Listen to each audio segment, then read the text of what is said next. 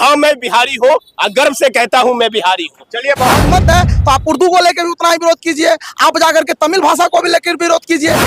मराठी लोग यदि यहाँ आएंगे तो अपने घर में कुत्ता भी शेर होता है, तो हम लोग भी उसको सबक सिखाने का बाजू में कुवत। क्या क्या मुद्दा होगा?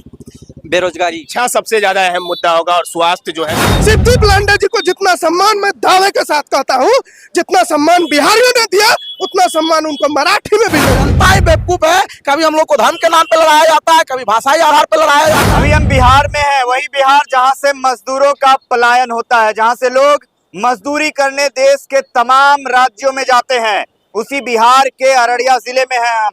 और आपको बता दें, उत्तर भारतीय यानी उत्तर भारतीय का मतलब हो गया बिहार और यूपी में रहने वाले लोगों पर जिस तरीके से महाराष्ट्र में पीटा जा रहा है, उत्तर भारतीयों को, हिंदी भाषी बोलने वाले लोगों को जिस तरीके से पीटा जा रहा है, उसी पे चर्चा करने के लिए आज हम बिहार में हैं। जी हाँ, आपको बता दें ये वही बिहार है जिसको लोग मजदूरों की फैक्ट्री भी कहते हैं। जी हाँ, ये वही बिहार है जहां से लोग जब बाहर देश में काम करने जाते हैं तो इन्हीं बिहारियों को पीटा जाता है। तमाम कई बार ऐसी घटनाएं सामने आई, लेकिन आज भी सरकार से लोग यही सवाल पूछते हैं कि अपने राज्य में रोजगार क्यों नहीं। जी हाँ, उत्तर भारतीयों को पीटने का जो मामला सामने आया उसी पे बात करने के लिए तमाम सारे लोग, हम अपने सहयोगी से कहेंगे दिखाइए, तमाम सारे लोग आज बिहारी लोगों को जो महाराष्ट्र में पीटा जाता है सिर्फ और सिर्फ इसलिए क्योंकि वो हिंदी बोलते हैं, उन्हें महाराष्ट्री यानी जो मराठी है वो बोलना नहीं आता, इसलिए उनको पीटा जाता है।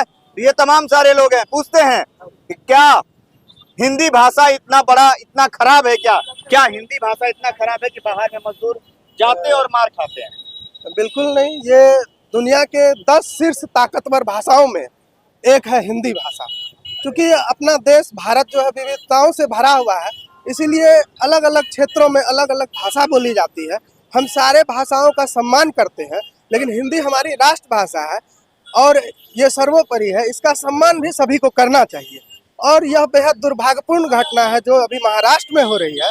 मैं पूछना चाहता हूं वर्तमान सरकार से, जो वन नेशन और वन इलेक्शन की बात करती है, तो भाषा के नाम पे, जाति धर्म के नाम पे या क्षेत्र के नाम पे यदि लोगों को प्रताड़ित किया जा रहा है तो यह विविधता भरे भारत के लिए यह दुर्भाग्यपूर्ण है। आप अपना नाम बता दीजिए। रामनारायण विश्वास, प्रवक्ता राष्ट्रीय जनता दल। चलिए, ये राष्ट्रीय जनता दल से है, सवाल पूछेंगे। भैया एक बात बताइए, आप कहाँ से हैं? हम इसी बिहार की धरती से, अररिया की धरती से। आप कौन सा भाषा बोलते हैं? हम हिंदी बोलते हैं। हिंदी बोलने पे अगर कोई मारे आपको तो कैसा लगेगा? बिल्कुल ये गलत हो रहा है। मैं आपको बताऊं कि हम लोग मराठी भाषा का बहुत ही ज़्यादा सम्मान करते हैं। हम लोगों के दिल में भी शिवाजी उतने ही बसते हैं जितने महाराष्ट्र वासियों के बसते हैं। जैसे संभाजी महाराज हम लोगों के लिए बसते हैं, जैसे साहू जी महाराज हम लोगों के दिल में उतने बसते हैं जितने किसी मराठी वासियों के दिल में बसते होंगे। पर मुझे ये बताइए कि जब भाषाई आधार पर राज्यों का पुनर्गठन 1953 में हुआ, 56 में उस आधार पर राज्य बनी, जब इन सारी चीज़ें हो गई, मगर सिर्फ आपको मेरा क्या प्रश्न ये है कि आप हिंदी से बात कर, अगर आपको हिम्मत है तो आप उर्दू को लेकर भी उतना ही विरोध कीजिए, आप जाकर के तमिल भाषा को भी लेकर विरोध कीजिए, आप तमिलनाडु से आने वाले लोगों के साथ भी वैसा बर्ताव करके दिखाइए, तब ना हम आपको समझेंगे। मगर आप जान रहे हैं कि अगर यही सीम आप मराठी वाले आते हैं हमारे बिहार में उतना सम्मान देते हैं, आपको हिम्मत है तो आप आइए हमारे यहाँ और हमारे यहाँ आकर के बोल करके दिखाइए, आपको भी ईट से ईट जवाब। ये घर में तो कोई भी शेर बन जाता है, ये कहीं से न्याय संगत। घर में कुत्ता भी शेर बनता है, ये भैया कह रहे हैं, क्या बोले? निश्चित रूप में हर कोई अपने घर में शेर बन जाता है। हम बार बार आपको कह रहे हैं, मराठा भाषा का उतना ही सम्मान कर रहे हैं, मगर बार बार जैसे भैया ने बात कही कि देश को तोड़ने की राजनीति है किसी एक पार्टिकुलर परिवार द्वारा। आप जान रहे हैं कि वहां पर क्या हो रहा है, जब वहां पर धर्म की कारब नहीं चल रही है, अब सारे फंडा देखा जा चुका था भाषा नाम पे लड़ाने की। हम लोग जनता ही बेवकूफ है, कभी हम लोग को धर्म के नाम पे लड़ाया जाता है, कभी भाषाई आधार पे लड़ाया जाता है।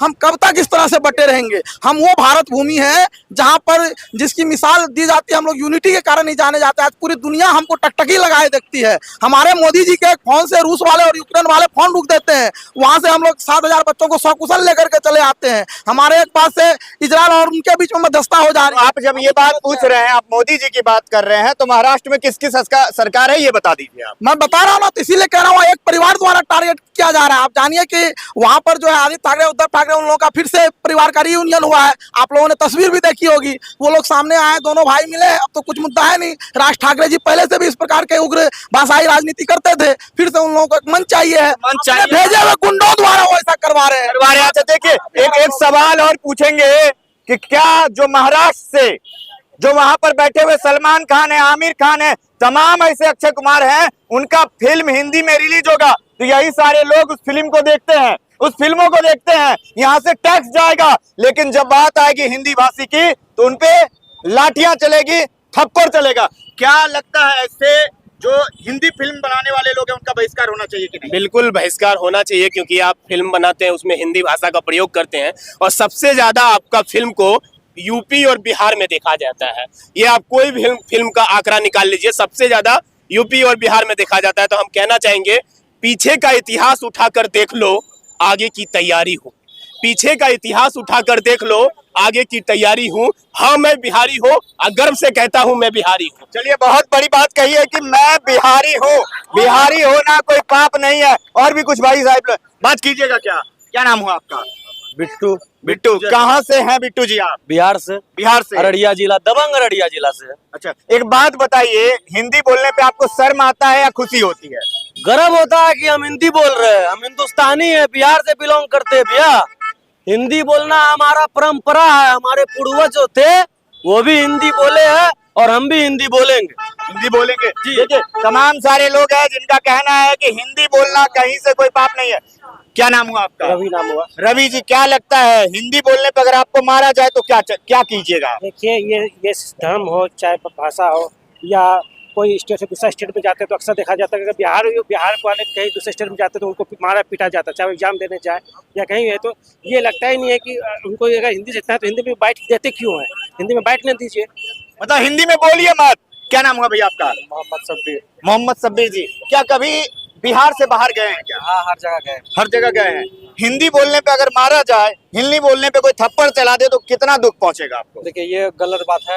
हिंदी भाषा ऐसा भाषा है कि ये कम्युनिकेट जो है, भारत में 90% हिंदी भाषा बोली जाती है और हिंदी भाषा ऐसा भाषा है कि अदर लैंग्वेज को वो कनेक्टिंग करती है। यानी किसी मातृभाषा हो या अदर लैंग्वेज सेकेंड लैंग्वेज हो, हिंदी भाषा ही सिखाया जाता है। हिंदी भाषा से उसको मतलब कन्वर्ट करके उसको सिखाया जाता है। ये गलत हुआ है, जो भी हुआ ना गलत हुआ, ऐसा नहीं होना चाहिए।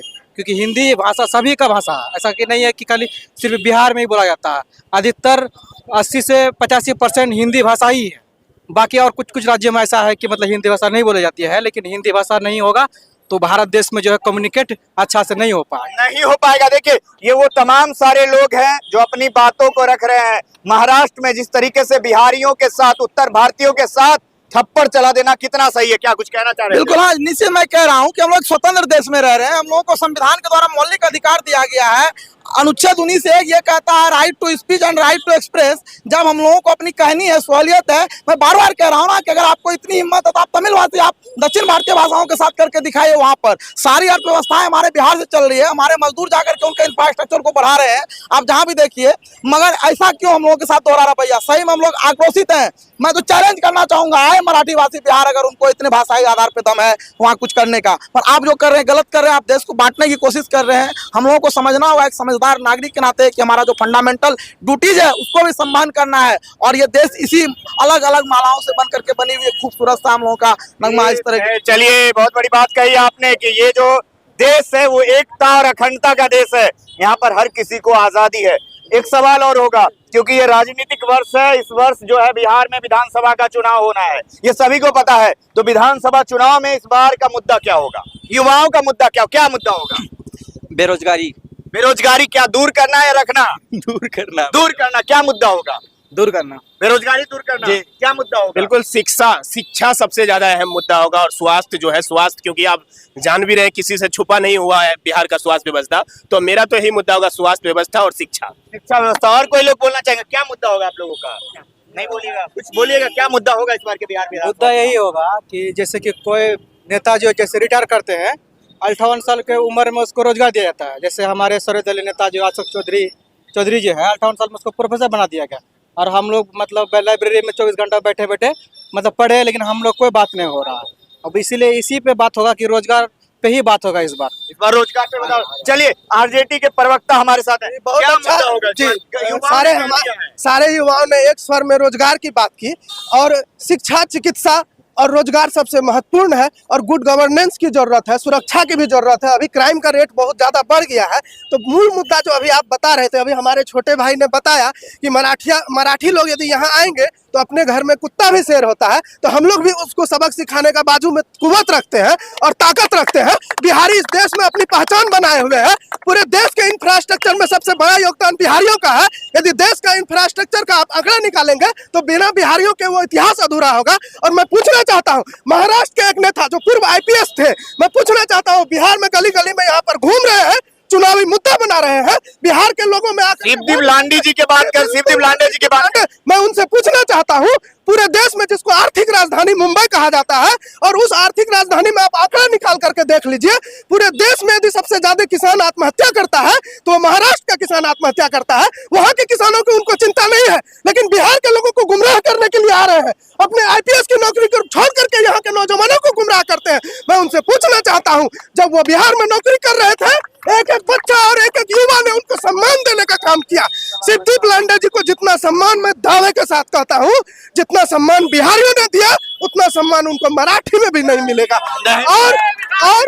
और मैं उनको चुनौती देता हूँ कि वो बिहार छोड़े और बिहारियों के लिए यदि वो कुछ करना चाहते हैं तो महाराष्ट्र में जो ये ठाकरे परिवार जो अपने घर में शेर बना हुआ है, उससे जाकर के लोहा ले और बिहारियों के जान माल की सुरक्षा करे और हिंदी भाषियों की सुरक्षा करे। हिंदी हमारी राष्ट्रभाषा है, हिंदी हमारी मातृभाषा है, इसके लिए हम अपना खून तक बहा देंगे और देश की एकता और अखंडता के लिए हमें जो करना होगा वो करेंगे।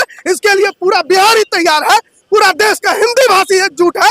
हम दूसरे भाषा का सम्मान करते हैं तो हिंदी का भी सम्मान करना होगा। ये एक बात तो ये है। दूसरी बात यह है, मैं आपको बताना चाहता हूँ, हमारे छोटे भाई ने बहुत प्रमुखता से बात रखा है। बेरोजगार नौजवान देख रहे हैं, आर्थिक राजधानी मुंबई है, बहुत लोगों को पता नहीं है। आप बैंकिंग सेक्टर के जो जानकार लोग हैं उनसे पूछिए। बिहार में पलायन भी एक बहुत बड़ा मुद्दा है। NDA की सरकार है 2 दशक से, यहाँ मक्का की खेती होती है, लेकिन उनसे रिलेटेड कोई भी फैक्ट्री नहीं लगाया गया। और हिंदुत्ववाद का नारा देने वाले, जहाँ भारत स्वाभिमान की बात होनी चाहिए, उनके नेता आकर के हिंदू स्वाभिमान का यहाँ पर नारा देते हैं। एक सेकंड, मैं अपनी बात 2 मिनट में पूरी करूंगा। और अररिया की पाकसर जमीन पर, रेणु की धरती पर यहाँ पे मांस फैक्ट्री खोलवाने का काम किया और मांस फैक्ट्री खोलने से कितने लोगों को रोजगार मिला ये यहाँ की जनता जानती है। मांस फैक्ट्री से कितने लोगों को रोजगार मिला, एक बात यह है। और पलायन के लिए कोई इंडस्ट्री नहीं लगा रही है सरकार। अभी केंद्र में सरकार है NDA की, बिहार में NDA की सरकार है, महाराष्ट्र में सरकार वहाँ चल रही है, लेकिन क्या हो रहा है, वहाँ पे हिंदी भाषियों पर अत्याचार हो रहा है। मैं आपको रोकना चाहूंगा। देखिए, तमाम सारे लोग यहाँ पहुंचे और अपनी बातों को प्रमुखता से हमारे चैनल के माध्यम से रखा। विचार तो बनेगा कि क्या इसी तरीके से हिंदियों के साथ अत्याचार होगा या फिर कहीं ना कहीं विचार होगा। आप हमारे साथ खबरों में बने रहिए और देखते रहिए पब्लिक न्यूज़ 24।